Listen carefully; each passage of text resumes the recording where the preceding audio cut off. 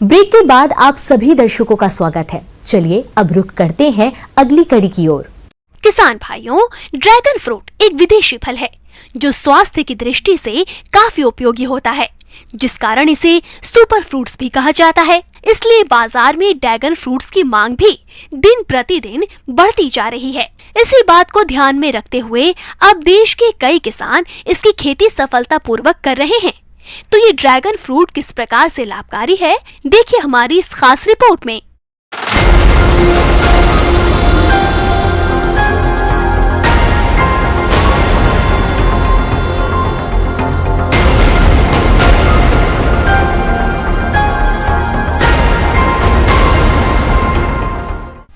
किसान भाइयों, आज हम बात करने जा रहे हैं ऐसे फल की जिसे ड्रैगन फ्रूट या अजगर फल के नाम से भी जाना जाता है। इस फल का सेवन कोलेस्ट्रॉल और रक्तचाप को कम करता है तथा क्रोनिक श्वसन तंत्र की बीमारियों को भी खत्म करता है।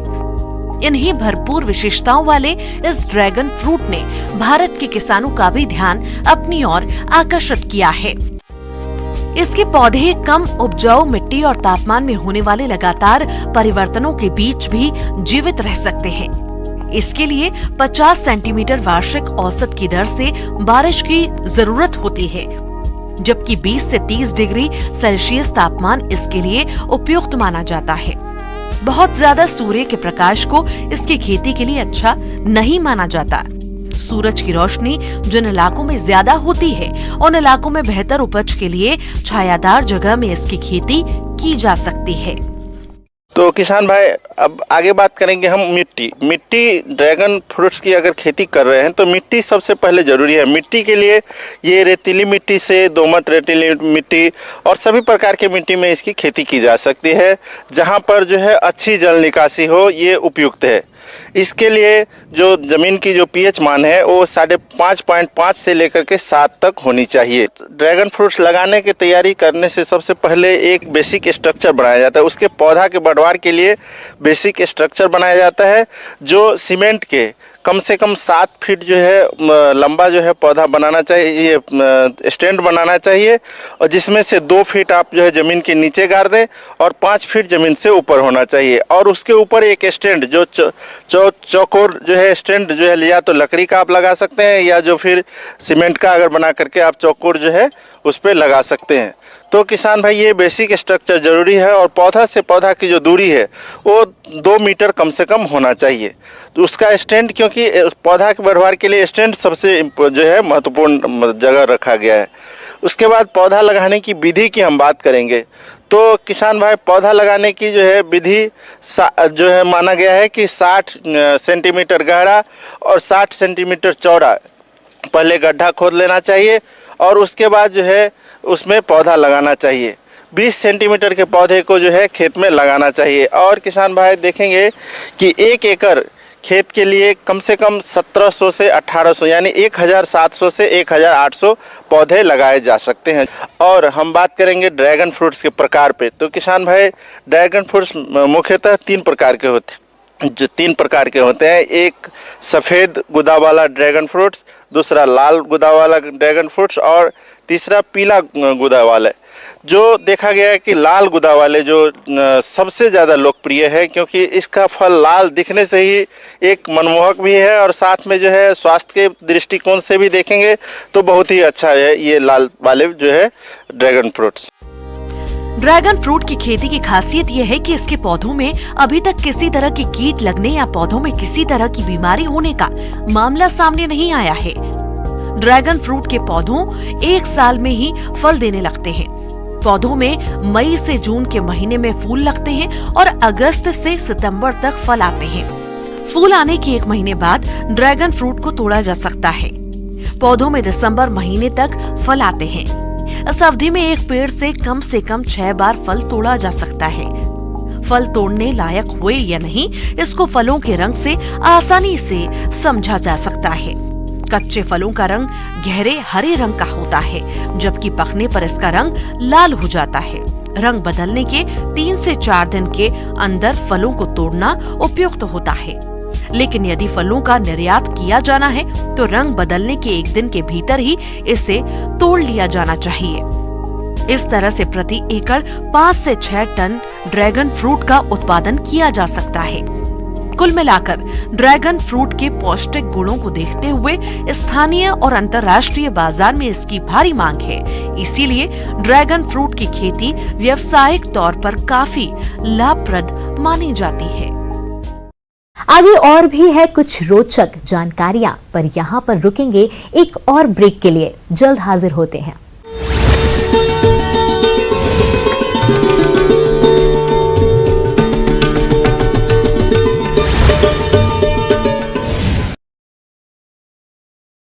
देश लौट रहा है। अगर राजस्थान की बात करें तो अब तक 800 से ज्यादा छात्र घर पहुंच चुके हैं। राजस्थान सरकार के 2 मंत्रियों टीकाराम जूली और सुभाष गर्ग और राजस्थान फाउंडेशन के आयुक्त धीरज श्रीवास्तव अपनी पूरी टीम के साथ एयरपोर्ट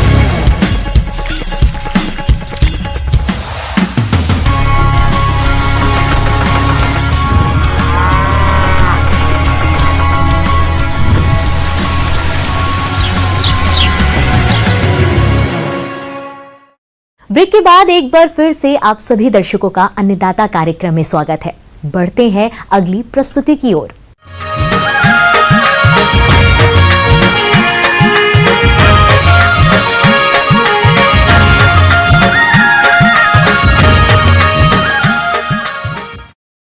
तिलहनी फसल अलसी बुआई के समयानुसार कई अवस्थाओं पर है, लेकिन इस समय कई कारणों से फसल का उत्पादन प्रभावित होता है। इसलिए आप अलसी की फसल में सिंचाई करते हुए कीट और रोगों से बचाने के लिए क्या उपाय अपनाएं? इसकी समस्त जानकारी दे रहे हैं कृषि वैज्ञानिक डॉक्टर बी.डी. घोड़े।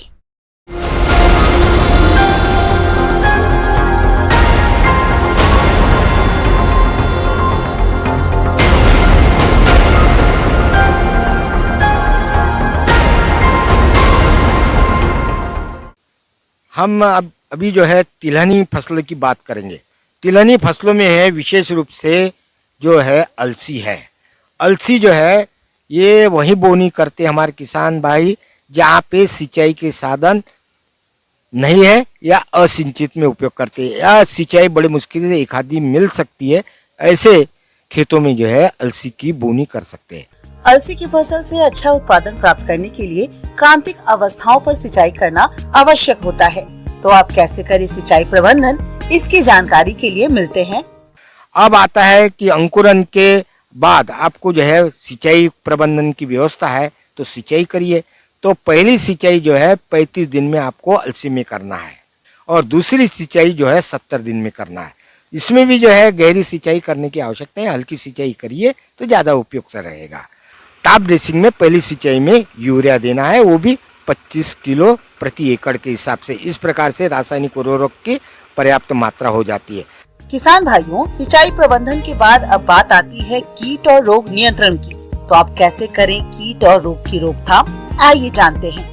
अलसी में विशेष रूप से जो है एक तो सूखने की बीमारी आती है, तो विशेष प्रकार से 2 प्रकार की होती है। एक तो बीमारी रहती है और दूसरी जो है सिंचाई की अगर नमी की मात्रा कम हो जाती है तो ऐसे परिस्थिति में जो है अलसी की फसल सूखती है।